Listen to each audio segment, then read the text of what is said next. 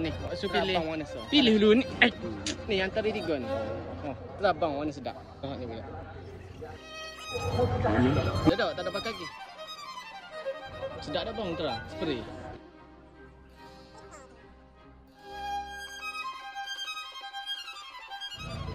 Okey bagus.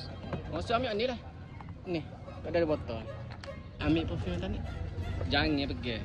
Peng masuk bui perfume. Okey, kita tunaikan. Mana perfume hok saya bui? Ni. Okey. Boleh kan? Boleh. Nak pergi?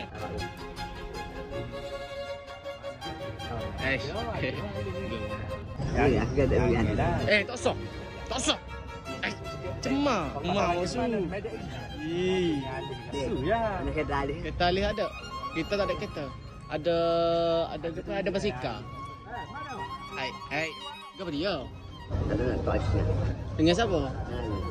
Kalau alih taksi? Ada aku ni. Gapo nak bunuh diri? Lepas tu? Kalau alih taksi? Nak Bunuh diri. Tak pergi bunuh diri. bunuh. Gila lu. Tengok ke dia. Alih. Alih ke keluar ke mana? Enggak tengok lah betul lah. Ambil tangan nak ambil. Ambil jilak lalu. Ambil. Ya, jatuh tepung. Tinggu. Nak ke apa? Nak mari malih. Apa nak pergi malih? Nak cuba malih. Nak cuba malih? Oh, nak mari tak boleh. Oh shit man. Mana boleh maksud? Tak boleh. Maksud tu bodoh. Kuluk dah maksud. Kat bawah. Anak siung? Baik. Nak boleh siung? Mana boleh. Ambil tangan lah. Maksud sini tangan. Ke apa? Ke apa?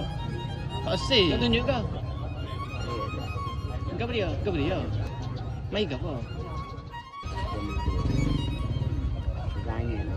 Tangan. Ke apa? Maksud duduk atas kipas saya? Tak boleh. Kenapa nak masuk kelih gitu? Comel. Sama je jatuh mana pun. Dah ada tu. Cik, ajak pergi belah. Ada tak pergi belah? Jauh dia? Dia. Nak ke? Dia. Kau maksud nak ke? Ni nak. Tak usah ke apa? Nanti apa lah. Apa